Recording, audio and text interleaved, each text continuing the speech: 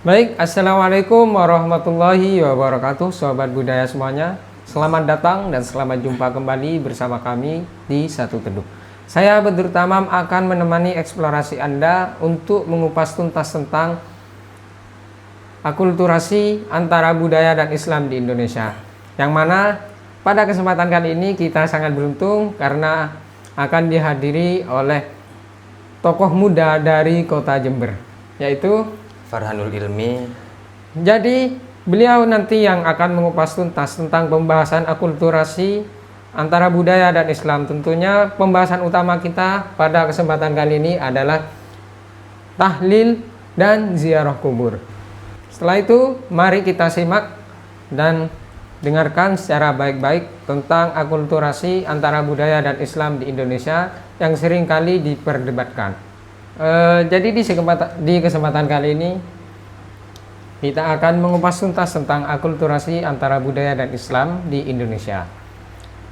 Dan tema pada pembahasan di malam hari ini adalah tahlil dan ziarah kubur. Di mana tahlil dan ziarah kubur ini sering menuai kontroversi di kalangan masyarakat Islam di Indonesia. Di kesempatan kali ini kita akan mengupas tuntas tentang asal-muasal dari tahlil dan ziarah kubur, yang mana akan disampaikan oleh Mas Farhan Ilmi dari Kota Jember. Apa kabar Mas Farhan? Alhamdulillah bi khair. By the way, belakangan ini saya mendengar kabar bahwasannya sampean udah mau pulang ke kampung halaman. Ya, ke kampung halaman, ke Jember. Iya benar sih, karena sudah hampir 1 tahun ada di Madura ini. Ya, dari waktu berlalu sudah banyak kenangan yang kita buat pastinya. Dan pastinya nanti juga akan menuai rindu yang sangat-sangat berat. Jadi ya, untuk hari-hari terakhir ini semoga jadi hari-hari yang bermanfaat dan juga penuh dengan produktivitas. Amin, amin, Allahumma amin. Juga masih ada misi besar, yaitu wisuda. Acara wisuda ini yang nanti dikemas sekaligus dengan perpisahan saya. Dan itu yang paling mengganjal di pikiran saya sekarang. Bagaimana caranya biar wisuda ini sukses gitu. Jadi saya juga bisa meminta doa dari panjenengan supaya wisuda ini sukses. Ya, semoga acara pada kesempatan nanti di acara wisuda semoga berjalan dengan lancar, Amin, sukses, amin. Dan diberikan kelapangan oleh Allah Amin. Subhanahu wa taala. Amin. Lantas apa pesan dan kesan Anda ketika berada di tempat ini selama 1 tahun? Untuk pesan dan kesan juga pastinya ada, dan itu pasti akan menjadi pesan dan pesan yang sangat istimewa di kehidupan saya. Karena masa tugas itu kan masa-masa yang paling rumit juga mudah, ya campur aduk, intinya istimewa aja gitu. Karena kenapa? Karena masa tugas ini 1 kali dalam seusia kita. Dan rencana nanti kan setelah tugas ini saya mau boyong. Nah, setelah nanti boyong, ya udah pastinya nggak ada yang namanya tugas tatawu. Jadi cukup tugas wajib aja. Untuk pesan dan kesan yang lebih formal, ya pastinya dalam perjalanan tugas ini membawa banyak pengalaman sih. Banyak pengalaman mengajar, bergaul dengan orang yang nggak kenal, bahkan seperti sampean sendiri. Sepertinya hari-hari sampean cuman ngidupin air, ternyata beliau adalah tokoh muda Nahdlatul Ulama, Masya Allah. Sudah begini. Baik, mungkin bisa dimulai saja untuk Ya. pada pembahasan. Langsung. Baik, itulah tadi perkenalan singkat dari narasumber kami. Lanjut, untuk pembahasan selanjutnya kita akan masuk pada pembahasan akulturasi antara budaya dan Islam di Indonesia, yang mana tema yang akan dibahas yaitu tahlil dan ziarah kubur, yang mana keduanya ini selalu mengalami kontroversi di kalangan masyarakat Islam di Indonesia. Mari kita simak dan dengarkan secara baik apa yang disampaikan oleh narasumber kami. Pertama-tama, marilah kita mulai pertanyaan-pertanyaan yang akan saya lontarkan kepada narasumber. Baik, Mas Farhan, G. menurut sampean, apakah asal-usul dari adanya tahlil itu sendiri? Ya, untuk meninjau kegiatan keagamaan, pastinya ya bukan menurut saya. Ya. Kita harus meninjau lebih jauh dari sisi sejarah dan juga dari segi dalil-dalil itu bagaimana. Nah, untuk tahlil sendiri itu kan tidak ada, memang dalam kebudayaan Islam manapun tidak ada. Adanya tahlil itu ketika datangnya seseorang yang mempersonal brandingkan dirinya sebagai dai atau pendakwah. Siapa aja, yaitu Wali Songo. Nah, Wali Songo inilah yang menjadi pelopor utama adanya kegiatan tahlil itu tadi. Nah, sehingga di sana juga perlu dikupas. Kok bisa yang awalnya tidak ada kegiatan keagamaan seperti ini kok bisa menjadi ada, dan adanya itu pun hanya di kalangan warga Indonesia saja. Ya. Sedangkan di masyarakat lain tidak ada. Bagaimana menyikapi seperti ini kan? Jadi pertama-tama juga harus melihat dari sisi sejarah. Asal muasal tahlil itu termasuk kolaborasi keagamaan. Kalau secara bahasa ya juga bukan kolaborasi, hanya sebatas bahasa global saja. Itu kolaborasi antara budaya umat Hindu atau biasa disebut sebagai animisme kan ya. Animisme, kolaborasi antara budaya Hindu dan juga Islam. Jadi dulu Wali Songo ini datang ke Indonesia berdakwah itu tidak langsung mengajak orang-orang untuk melakukan sholat, zakat, puasa dan lain-lain. Jadi beliau itu Wali Songo dulu mengikuti tata cara dakwahnya sahabat Mu'adz. Jadi Mu'adz itu dulu juga termasuk pendakwah dari kalangan Arabiyah yang diutus oleh Nabi untuk berdakwah ke negeri Yaman. Itu sahabat Mu'adz, dan dipesenin sama Kanjeng Nabi, wahai Mu'adz, kalau sampean itu mau berdakwah, jangan ajak mereka langsung melakukan kegiatan-kegiatan yang sikapnya atau cara pelaksananya itu sangat berat. Jadi sama Kanjeng Nabi, sahabat Mu'adz ini dianjurkan untuk berdakwah sesuai dengan urutannya, yaitu dari hal-hal yang remeh dulu atau hal-hal yang ringan, bukan yang remeh. Mohon maaf, yang ringan.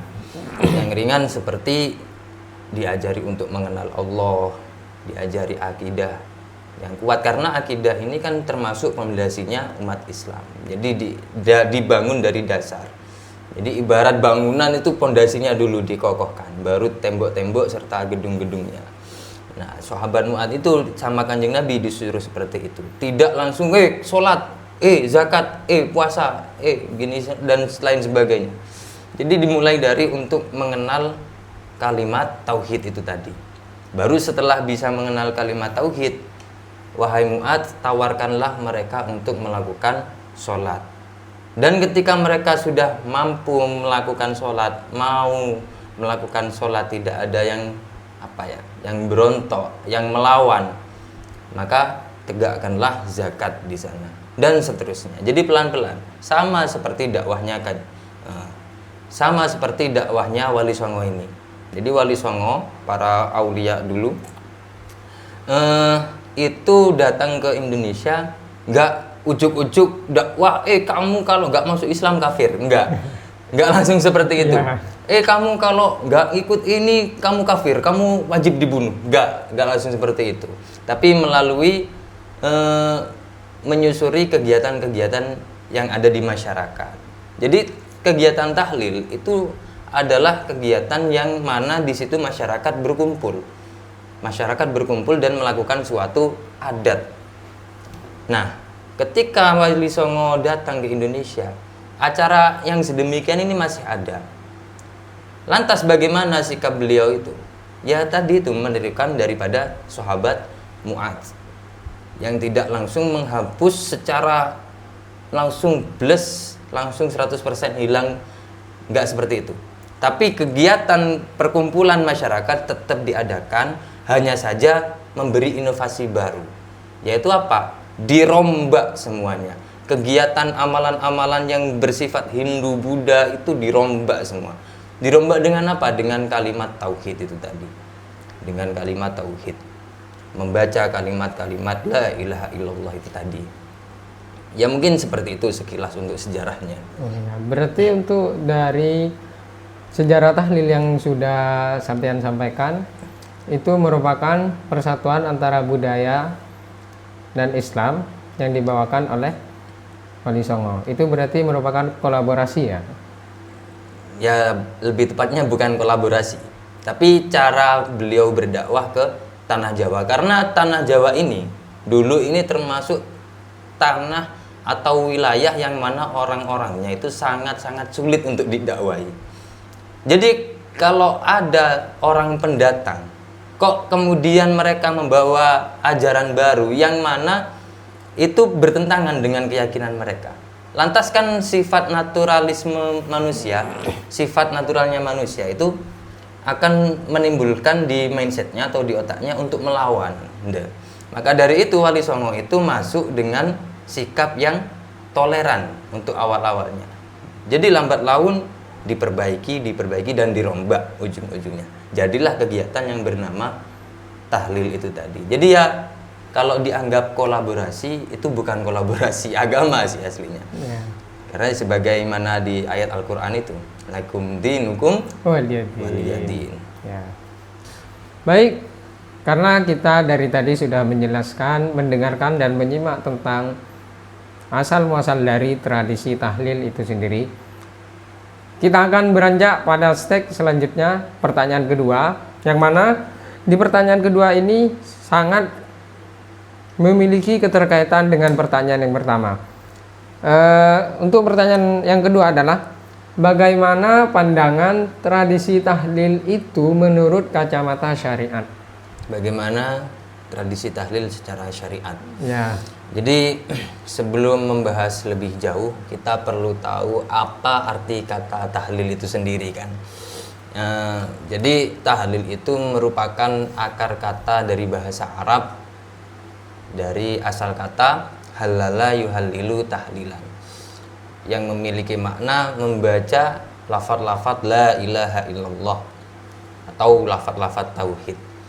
Nah, biasanya kegiatan tahlil ini juga dilaksanakan di hari-hari tertentu kan, seperti ba'da mautil mayyit atau setelah wafatnya mayit selama 7 hari. Kemudian nanti dilanjutkan lagi selama di hari ke-40-nya, baru 100 harinya dan 1000 harinya kan, seperti itu. Kemudian bacaan tahlil juga kan sering dilakukan di masyarakat itu ketika malam Jumat, bahkan dijadikan, ada yang menjadikan sebagai rutinan kelompok gitu kan. Nah, secara pandangan mayoritas ulama ini jelas diperbolehkan ketika berkumpul untuk membaca zikir bersama, itu pasti boleh. Apalagi juga tujuan daripada tahlil ini meningkatkan tujuan sosial juga. Ketika ada keluarga si mayit ini kan dalam keadaan berduka, lantas bagaimana respon masyarakat di sekitarnya? Otomatis kan kita sebagai masyarakat saling tolong menolong, juga saling membantu. Bagaimana supaya meredakan daripada kesedihan si keluarga korban tersebut. Dan kalau ditinjau dari dalilnya, kegiatan tahlil ini antara Al-Quran dan hadis, jelas tidak ada dalil yang spesifik untuk kegiatan tahlil sendiri. Akan tetapi kan sesuatu atau hal apapun itu ketika tujuannya baik, maka maka kan juga menjadi baik. Sebagaimana dalam hadis itu innamal a'malu binniyat wa innamal likulli imri'in ma nawa. Kan seperti itu. Apapun yang diniati itu apapun suatu perbuatan itu kan tergantung pada niatnya. Ketika kegiatannya itu bagus tapi niatnya jelek, maka tetap suatu amal tersebut akan dinilai jelek juga, dan sebaliknya. Nah, akan tetapi ada beberapa hal yang perlu ditinjau juga, karena dalam kegiatan tahlil itu sendiri mengandung bacaan-bacaan yang khair, yang bagus, seperti membaca Yasin atau bisa khataman Al-Quran kan biasanya. Itu ada hadis yang lebih spesifik lagi. Saya bacakan saja, takut keliru karena hadis soalnya. Diriwayatkan daripada sahabat Ma'qal bin Yasar radhiyallahu anhu bahwasanya qala Rasulullah sallallahu alaihi wasallam Yasin qalbul Qur'an la yaqra'uha rajulun yuridullaha wad daral akhirah illa ghafarallahu lahu iqra'uha ala mautakum. Jadi Rasulullah itu pernah dawuh kepada sahabat Ma'qal bin Yasar ini bahwasanya Yasin, surat Yasin yang ada di Al-Qur'an ini adalah jantungnya Al-Qur'an. Jadi inti daripada Al-Qur'an, jantungnya Al-Quran itu ada di surah Yasin. Maka dari itu Rasulullah menganjurkan kepada para sahabat waktu itu untuk membacakan surah Yasin kepada keluarga mereka yang sudah wafat. Nah, dari dalil inilah bisa diambil pelajaran bahwasanya ketika kita ada keluarga kita yang meninggal, maka seyogianya atau sebaiknya kita membacakan doa-doa, sebaiknya kita membacakan khatamal Al-Quran, sebaiknya kita juga membacakan Yasin kepada beliau-beliau. Jadi seperti itu. Dan ini bukan hanya peninjauan hadis saja, tapi ulama-ulama mujtahidun, ulama-ulama mujtahid sekelas Imam Syafi'i pun juga mengatakan bahwasannya wa yustahabbu ayyuqra'a indahu syai'un minal Qur'an wa in khatamul Qur'an indahu kana hasanah. Disunahkan ketika ada keluarga yang wafat untuk membacakan surah-surah daripada Al-Qur'an. Apalagi menghatamkannya, membaca surah itu lebih disunahkan, lebih baik, apalagi menghatamkannya. Bahkan didukung dalam kitab Majmu'nya Al-Imam Nawawi itu dijelaskan bahwasannya bukan hanya kepada itu, dijelaskan bahwasannya sekalipun ziarah kubur itu tetap dianjurkan, tetap disunahkan untuk membaca surah Yasin atau khatamul Quran. Dan ini nanti juga larinya ke pembahasan ziarah kubur. Mungkin ada pertanyaan tentang ziarah kubur, karena tahlilan ini tidak terikat jauh daripada ziarah kubur kan gitu. Untuk ulama lain seperti Al-Imamul Qurtubi itu juga menjelaskan bahwasannya ini juga ada suatu cerita bahwasannya Rasulullah itu dulu punya sahabat yang telah wafat dan beliau itu menancapkan pelepah kurma di atas kuburannya. Nah, dari situ bisa diambil pelajaran bahwasannya beliau saja melakukan seperti itu, maksudnya lebih dianjurkan untuk menancapkan kurma atau menghias kuburan, apalagi membaca Al-Quran, membaca doa-doa kepada mayit yang ada di dalam kuburnya kan seperti itu. Dan ini juga keterikatan sangat terikat dengan makam-makam yang ada di zaman sekarang. Bahwasanya kan kalau di zaman sekarang itu kan dijadikan sebagai kontroversialisme ketika kita hendak menghias kuburan. Padahal beliau sendiri, Nabi Muhammad itu juga pernah menancapkan pelepah kurma. Ya sekalipun sederhana ya, namanya zaman dahulu. Tapi dari peninjauan fi'lun Nabi itu juga bisa diambil pelajaran bahwasanya menghias kuburan itu juga tidak dilarang gitu. Mungkin seperti itu. Ya, berarti kesimpulan dari apa yang Anda sampaikan bahwa tahlil itu sendiri sangat dianjurkan menurut syariat Islam berarti ya? Ya. Jadi ya nggak sangat dianjurkan juga bahasanya, akan tetapi hukumnya mubah, tidak sampai sunnah, tidak sampai ke wajib, mungkin seperti itu. Ya, kembali kepada hadis itu, innamal a'malu binniyat wa innamal likulli imri'in ma nawa. Apapun yang kita lakukan itu kan pada asalnya tidak ada hukumnya. Nah, untuk hukum perilaku yang hukumnya mubah seperti makan atau minum, ketika diniatin dengan perkara yang sunnah, seperti oh saya ini niat minum, saya niat makan, niat saya ini untuk biar supaya saya kuat untuk ngajar, kuat untuk ngaji Quran, kuat untuk beribadah kepada Allah Subhanahu wa taala. Maka perilaku yang saya ini tetap mendapatkan kesunahan bukan dari fi'lunya, tapi dari niatnya itu. Karena saya meniatkan minum segelas air ini untuk beribadah kepada Allah. Begitupun hal-hal yang lainnya. Mungkin seperti itu. Baik, karena tadi sudah membahas tentang asal muasal dari tahlil dan pandangan tradisi tahlil menurut kacamata syariat, kita beranjak pada sesi terakhir, yaitu sesi pertanyaan yang terakhir. Di sini di pertanyaan terakhir, di era seperti sekarang ini sering terjadi kontroversi di kalangan masyarakat tentang tradisi tahlil dan ziarah kubur. Ada yang mengatakan bahwa tahlil dan ziarah kubur itu merupakan bid'ah dhalalah. Sedangkan tidak semua bid'ah itu dhalalah, ada juga yang hasanah. Lantas bagaimana cara kita untuk menanggapi hal-hal seperti itu selaku kita umat yang beragama? Baik, bismillahirrahmanirrahim. Lumayan berat ini pembahasannya ya. Jadi sekelas kita ini aslinya agak pantas Mas bahas seperti ini. Tapi ada salahnya juga kan untuk belajar. Ya ini aslinya juga pembahasan para yai ini. Ya. para kiai ini pembahasannya para kiai. Tapi kita selaku anak muda harus paham juga.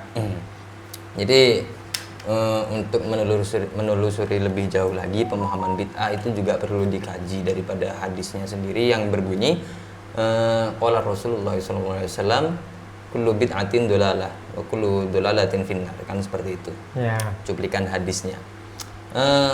Kalau seseorang ini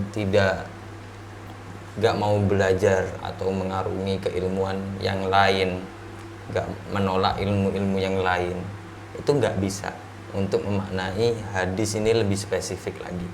Jadinya oleh mereka ini yang membuat kontroversi ini ya, yang dijadikan bahan kontroversi itu karena mereka tidak belajar ilmu adab seperti ya balaghah atau mantik.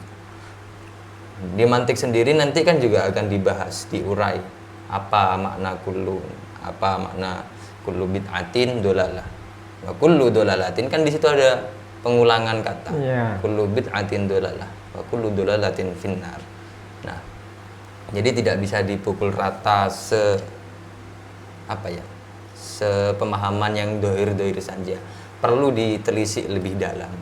Karena apa? Karena ini urusan agama seperti itu. Jadi dalil-dalil seperti Al-Quran dan hadis itu juga tidak bisa dimaknai dengan akal kita sendiri. Maka dari itu kita sebagai Ahlus Sunnah wal Jamaah itu kan dituntut untuk mengikuti para ulama salaf. Ya. Ulama salaf. Karena sebagaimana di dalam Al-Qur'an sendiri dijelaskan, fas'alu bismillahirrahmanirrahim, fas'alu ahla dzikri in kuntum la ta'lamun, kan seperti itu.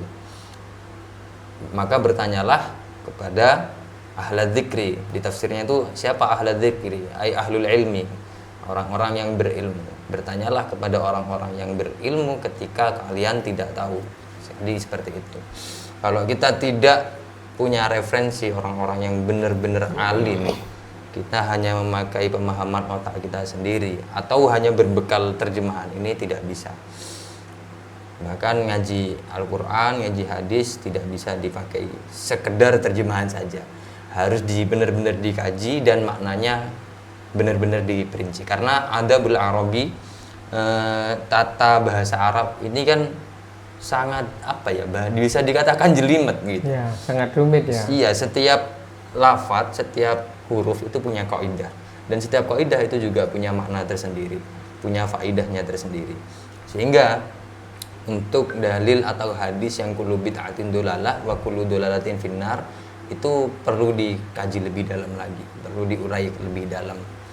Nah, untuk bid'ah sendiri kita juga tidak bisa memukul rata. Ketika ada dalil seperti itu, lantas kita tidak bisa memukul rata bid'ah semua. Enggak. Jadi perlu diperinci tadi, sebagaimana yang saya sampaikan tadi, ada bid'ah itu juga ada bid'ah hasanah, juga ada bid'ah dolalah. Kok dolalah? Iya kan ada dua. Bid'ah sayyi'ah. Oh iya, bid'ah sayyi'ah. Bid'ah hasanah dan juga ada bid'ah sayyi'ah. Ya. Jadi itu merupakan hasil daripada pemikiran para ulama yang ahli dalam tata bahasa Arab. Nah, maka muncullah inovasi seperti itu.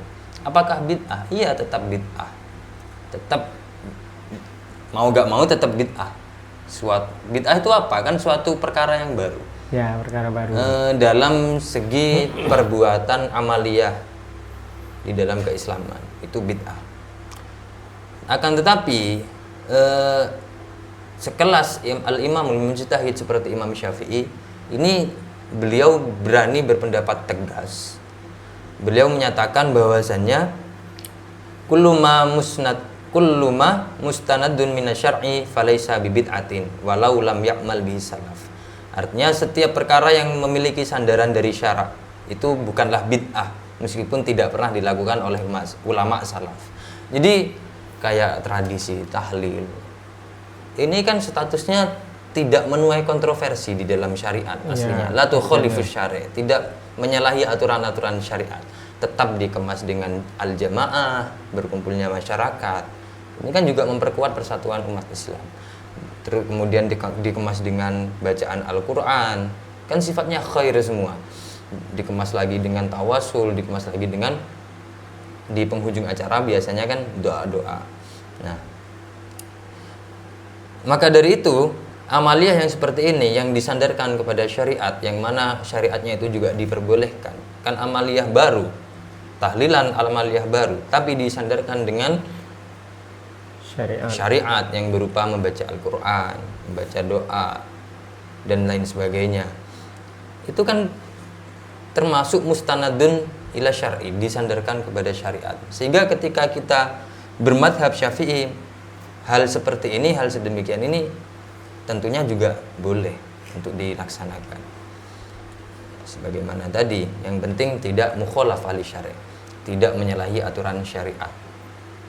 Jadi apapun itu, kegiatan apapun itu, yang penting ada sandaran kepada syariat, dibungkus dengan kegiatan-kegiatan syar'i, maka itu diperbolehkan. Untuk menyikapi bid'ah sendiri mungkin ya kita harus kaji lebih dalam daripada ilmu mantik dan lain sebagainya. Mungkin tidak cukup dibahas di sini, lebih panjang lagi. Harus ada pembahasan khusus yang spesifik harusnya. Pembahasannya nanti akan melebar. Iya, mungkin ya cukup seperti itu. Nah, untuk bagaimana sih cara kita menyikapi kontroversi yang terjadi di kalangan masyarakat perihal tradisi tahlil dan ziarah kubur itu? Untuk kontroversi di masyarakat sendiri itu kan biasanya orang-orang itu enggan untuk mengikuti kegiatan tahlil karena tidak pernah dilakukan oleh Nabi sendiri kan, seperti itu. Pada dasarnya di dalam kaidah usul fikih itu at-tarku, maksudnya tarku fi'lin Nabi, maksudnya Nabi itu tidak melakukan sesuatu, itu bukan berarti at-tahrim, bukan berarti haram. Jadi ada suatu metode itu yang menyatakan segala perbuatan Nabi itu jelas sunnah, dan perkara yang tidak dilakukan oleh Nabi itu bukan sunnah. Tapi ada tapinya, perlu digarisbawahi. Tapi belum tentu hal ini menjadi haram, kan seperti itu. Jadi untuk menyikapi kontroversial yang ada di masyarakat itu ya kita tidak bisa menyalahkan orang-orang yang sedang tahlilan karena memiliki dalil juga, Dan kita juga tidak bisa menyalahkan orang-orang yang enggan untuk tahlilan. Jadi kita punya keyakinan dan pemahaman yang berbeda, tapi dari situ muncullah yang namanya toleransi dalam satu agama itu sendiri.